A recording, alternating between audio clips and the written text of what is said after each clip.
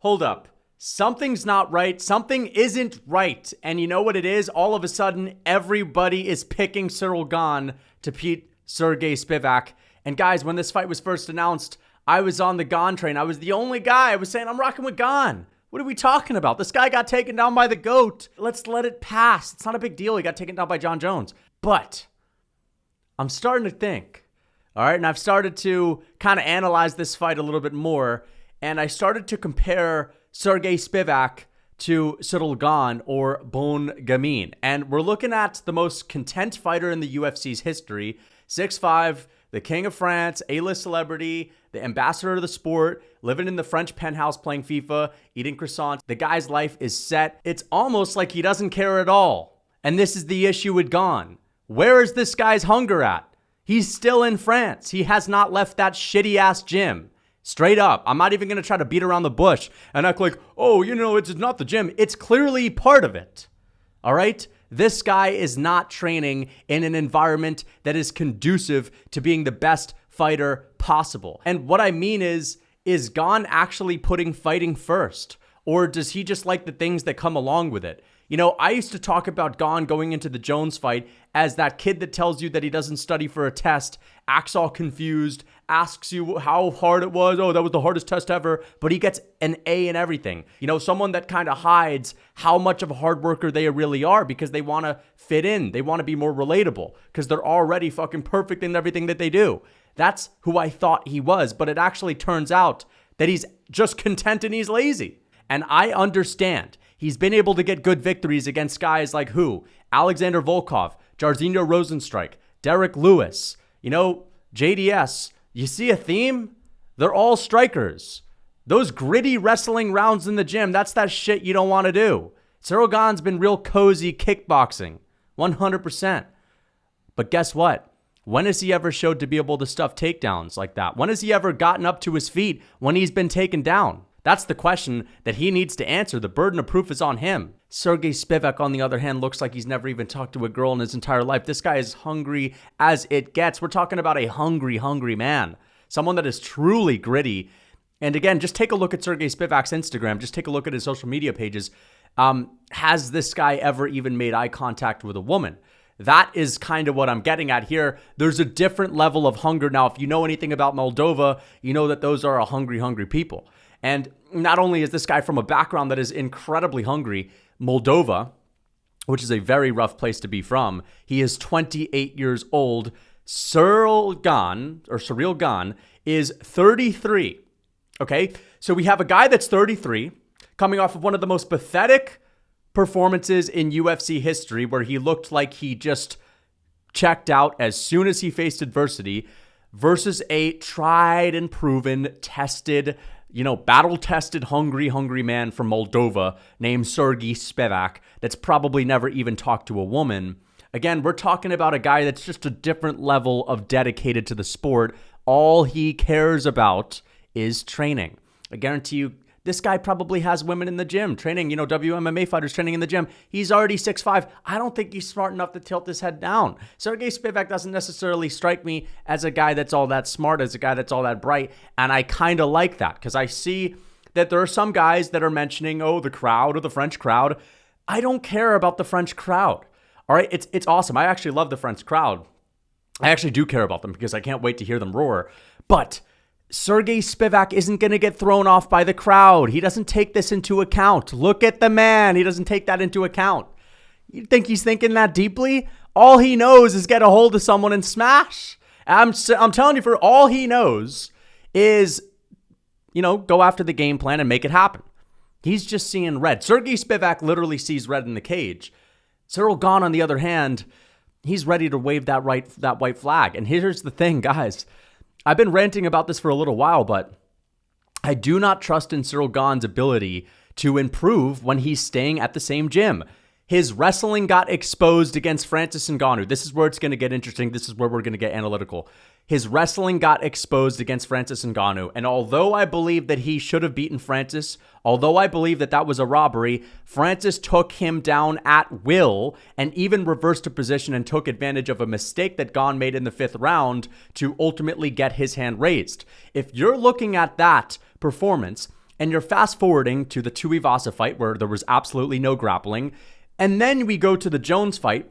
There's a good solid year and a few months time difference between that Ngannou fight and the Jones fight. Now, don't get me wrong. My argument to begin with was Jon Jones has the light heavyweight finesse. He has the light heavyweight speed to be able to duck under a punch and get a pitch perfect timing takedown, whereas Francis Ngannou is using his brute force. My whole point is we have not seen any hustle from Gane on the ground. We have not seen any ability for him to get up to his feet against Ngannou and now Jon Jones. And let me ask you this. When is the last time that Ciryl Gane got out-grappled? When is the last time anyone has even attempted takedowns on this man? Has anyone done it? I looked into his record. The only guy to shoot takedowns on Ciryl Gane, okay, and we're talking about 2 attempts, was the first can that he ever faced when he first got into the UFC. And who am I talking about? I'm talking about Rafael Pessoa. A literal can. So every single time anyone that's not a can has tried to shoot on Ciryl Gane, they've taken him down successfully and they've kept him right there. As I said, ready to check out as soon as any adversity comes in his direction. Sergey Spivak has faced adversity before. Sergey Spivak has gotten KO'd by Tom Aspinall within the first round. He's been finished by people like Walt Harris, but he's 28. He keeps improving rapidly. And this is a guy that once he gets a hold of you on the ground, he is extremely good at hurting people with his ground and pound, tiring them out, like chaining together takedowns. If people get up to their feet like Derek Lewis, he takes them right back down. He's a master at imposing his will. What worries me the most is his striking. I truly believe that Gane is going to absolutely style on this guy for however long this fight is on the feet. The issue is, I do not see Ciryl Gane having the ability to finish Sergey Spivak as, something that is actually going to come to fruition. Like, don't get me wrong, we've seen him finish Junior Dos Santos. And actually, if you look at the JDS fight, it's listed that JDS shot a takedown. But to me, that's just the stat. The stats guy is always fucking up, and JDS was probably falling over, face planting to the canvas after getting KO'd, and they must have counted that as a takedown attempt. There were no takedown attempts. That's the only early KO Ciryl Gane has gotten in his entire career. Other than that, he took Tai Tuivasa into the 3rd round. Now, that was a masterful performance. That was an incredible work of art that Ciryl Gane displayed in the cage that day. And aside from one knockdown, he absolutely butchered Tai Tuivasa. But my point is, it took him 3 rounds, and he was landing piston-like jabs at will on Tuivasa for the entirety of the fight. And of course, there was a moment in which he landed a solid haymaker right hand, a counter right hand on Tai Tuivasa, which is ultimately what led to the finishing sequence in which he had his eyes rolling back in the back of his head. But my point is, that was a dirty, dirty scrap. I do not think that Sergey Spivak is going to get into a dirty boxing range with Ciryl Gane and start scrapping with him. I think that Ciryl Gane's ability to finish Sergey Spivak is going to be through an accumulation of strikes, teeps to the body, tons of leg kicks. One thing that I've noticed about Ciryl Gane's game is he starts to turn up the heat in his strikes as the fight progresses. He'll start putting more sting on these shots. It's going to take him a few rounds. I think that he's not going to want to overly commit to a big shot, to a big elbow, to a big right hand, because that is what led to his demise last time. And because Ciryl Gane is not going to overly commit, he's going to have to play it safe on the feet. He's going to have to be the cat. He's going to have to be the agile LeBron James type of future star that I was thinking was going to show up to fight Jon Jones. And it's possible. But here's the thing. He's staying in France. Okay? He's staying in France. This guy could have went to the U.S. He could have hit up Jon Jones and Jones's team of heavyweights to train with him. He could have went to Extreme Couture. He's staying in France to train with middleweights like Imavov. And let's just be real about it. How good is Ciryl Gane's wrestling? What does he have to show for it in that shitty old gym that he's at already? Absolutely nothing. And how am I going to pick this guy like Ciryl Gane, who is completely content, that just has a smile on his face no matter what? As I said, he's good at everything. He's the coolest guy in town. He has it all, bro. Why does he need a win? You think he's hungrier than fucking Sergey Spivak? There ain't no way. There ain't no chance.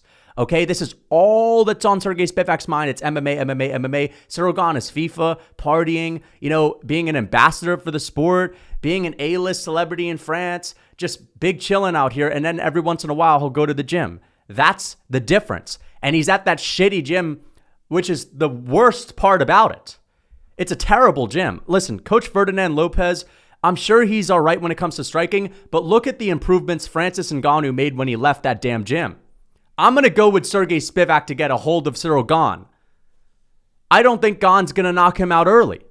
I think that it's possible that Gane can piece this man up for 3 rounds. It's possible that Sergey Spivak's just got such terrible striking that he's about to get the shit beat out of him, and Ciryl Gane's going to float around the cage. I just don't see him shucking this beast from Moldova off when he gets a hold of him. Derek Lewis is a guy that actually is a kind of a difficult guy to get a hold of. You have to go through that firing line. You have to get through that place to where you could get sent to the ether. You know what I mean? And here's the thing. Sergey Spivak, within the first moment clinching with Derek Lewis, he got an overhook and he held on to it with everything in his might. The next thing you know, he's tossing Derek Lewis with a beautiful judo hip toss. And he's a high-level judoka. Now, Ciryl Gane is trained with high-level judokas. There are a lot of high-level judokas in France because it's a big sport there. But he's training with these little pipsqueak middleweights in that MMA Factory gym in France. I don't trust it at all. I think it's called the MMA Lab, not the MMA Factory. I'm going with Sergey Spivak. I think Sergey Spivak is going to take Ciryl Gane down, who isn't hungry, who hasn't shown any hustle whatsoever. And I think that even though Sergey Spivak is massively outmatched on the feet, I don't like Ciryl Gane's mentality at all. And I'm thinking that the hungry aspect is going to be on the side of the Moldovan. And I also think that even though the Moldovan has gotten exposed on the feet, even though he's very, very ploddy, he's Mr. Plodster, he's still going to get a hold of Ciryl Gane, who is most likely going to need some time to work. And I just truly believe that because Gane has to commit to a big shot in order to put this man out early, I think Sergey's going to get a hold of him. And I think Sergey, if his team is smart, because, you know, I don't really know how smart he is. If his team is smart, they're going to tell him to run at Ciryl Gane like an absolute madman to make sure you don't get front kicked in the jaw. But if he gets a hold of him, I think he's going down, and I think he's going to beat the fuck out of him. So I know this may have surprised you guys, but I'm going to go with Sergey Spivak to get this one done. I hope you guys enjoyed the video. I'm picking him by a second round TKO on the ground, or I'm going to go with a first round submission. I think Gane's going to get embarrassed, and I do not believe that he is actually taking his career that seriously anymore. Now, of course, don't get me wrong. There is a chance that Gane goes out there and blows this man out of the water. There's a chance he looks like a cat on the feet. I can smell something fishy in the air. I can smell something fishy. I don't like what's going on in France. There's something about this card. Why doesn't it feel like a big card? Why does it feel like this isn't a big fight night? There's something going on, and I think that's Sergey Spivak who's stinking up the building in France, and he's going to stink it up for the French fans as well, and he's going to sub Ciryl Gane until next time.